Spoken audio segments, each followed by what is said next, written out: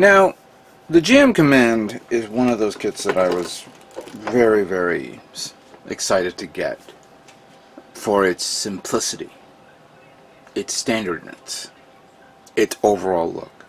Kind of like the GM, the regular GM, the ground type GM,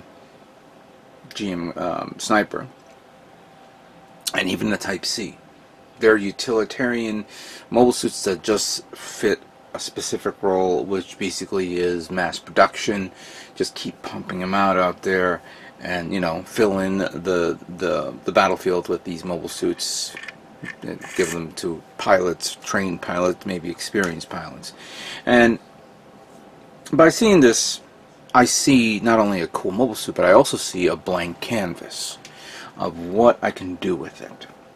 And I've always been a big fan of taking a mobile suit or taking something that's been out there for a long time, and then you could see it been modified, usually on the field, ad hoc, customized by the pilots themselves, who will go out in the battle and actually survive their engagements. Sometimes I'll come back with maybe part of their arm gone and still, continue fighting with the same mobile suit, not jumping onto another one because this is their personal favorite unit.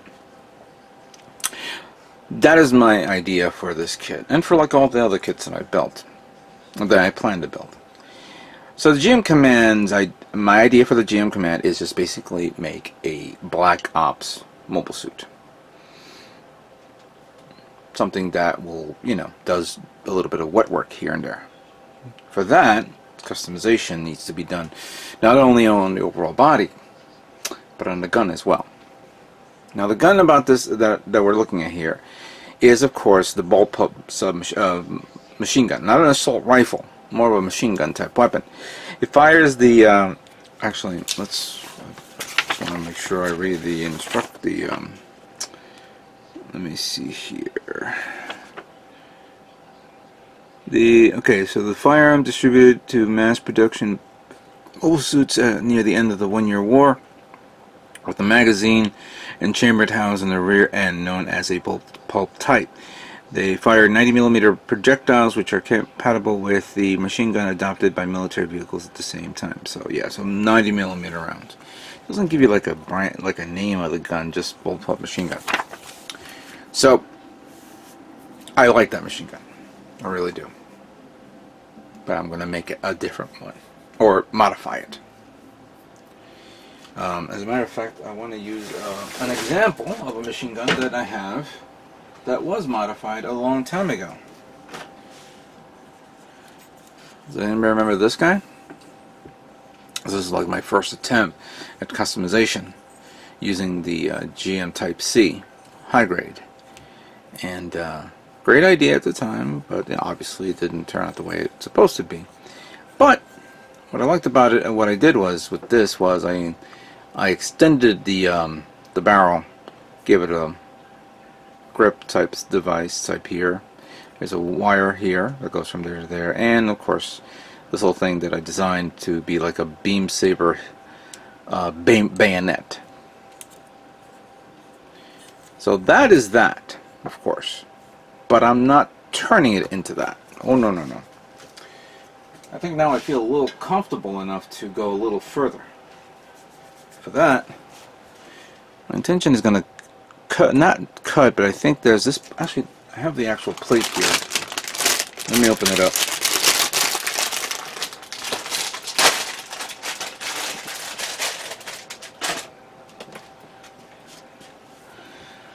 So here's the gun itself. I think that goes under there.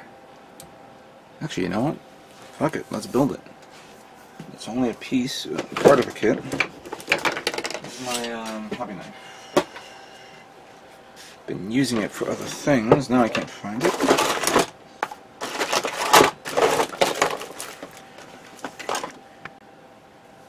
Alright, so I was taking it apart. I forgot to hit record. There we go. Alright, so there's the bullpup machine gun with the clip that goes in the back. Good gun, I like it. But I feel it's so so generic, so bland. You know, it's cool in its own in its own aspect, but I think it could be better. So, cool thing about this is this barrel can be removed, and my intention is probably get plow plate and extend this maybe about around the same length as this, just to give it a much more longer profile, a longer barrel profile, you could say, and then attach that to this so it's there together.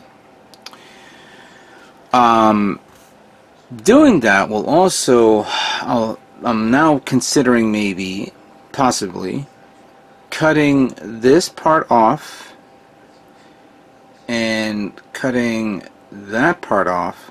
So when I have this here, I'll create this part over here, or maybe move this part over here, and then with plow plate extend this area all the way up to here, and make it look like the FAMAS, the one that's used by the French national, you know, the FN FAMAS. The FN FAMAS is known because it's this section here of the grip is all the way up to here, and the rounds are under here, or the clip. Clearly we can't do that for this mobile suit, but sure enough, I have that idea to move that up to here. At the same time, I will put a grip here, so that way it will allow the GM Command to grip it from there and give it more of a stability-like look to it. Give it a little more detail here, maybe detail under here if possible. And as for the gun, as for the rounds itself, there's two possibilities. One, I may extend the clip to a much more larger clip. Sometimes larger clip means more ammo, or do something like a dual clip where they're together, held on by an attachment type thing, and then when it's being used, you remove it and then do like a switch really quick. I've seen that in some videos for people who are using real guns to quickly switch from one clip to another. I don't know what term that is, so you guys can probably fill in the blanks for that. Another possibility is do a half C clip, where it's basically the clip, but then a circular type, half circle type connector will be to the side, showing that there's more rounds being fed into the chamber, into the clip to the gun. So this gives them more, more rounds per minute. More rounds, I'm sorry, per use on the gun. So that will be the modification that I'll be doing on this gun. Other modifications would be to modify the legs to give it a series of armor plating. Don't know if the armor plating is going to be... Well, see, that's another thing that I was actually thinking at that moment, and haven't thought of how I'm going to do it. The idea would be to make my own custom plating parts that will wrap around or latch on to the legs armor parts, so it can be, how can I say, purged if it needs to get out of a situation. If let's say the armor is not doing it, it's not being affected, it got damaged, and it's just dead weight, but its only intention was to block incoming hits or whatever. So that would be for the legs, here, maybe a little bit up in the front toe. Back area, I want to do like another thruster, using a thruster type thing, whether it's nozzle or the vents that the photo etch part vents, that will definitely go back here. I want to give a little bit more armor detail here, and I want to drill some bigger holes so I can put metal photo etch parts in there. The side skirts are fine. The chest plate, I want to maybe make a bigger chest plate, almost identical or looking like the chest plate that's on the new Gundam heavy weapons type. Shoulders, I haven't figured out yet. I kind of like to make something where the shoulders have armor drooping down here and here. Don't know about the shield yet. The shield looks nice as its own, but maybe get a little more detail there. And then I don't know about the head. The backpack I have to flesh out as well. I haven't thought of painting yet. I'm still debating on how I'm going to paint this kit. So at this moment in time, that is the intention of making my Black Ops GM command into something that's, you know, has a unique color tone. Considering doing a reverse color, considering doing some maybe a camo type thing, but I'm not very good at camo. I've tried it before and with mixed results. We'll see. Plus the fact that I'm also going to try out some ideas. I've been meaning to try out this Hasegawa Tri-Tool model chiseling 1 to chisel some of the panel lining, give it a more, you know, increase the size if I have to, maybe even make new panel lining, something that I want to try. I want to try flat surface first before I begin doing it on curvatures. I don't want to damage this kit.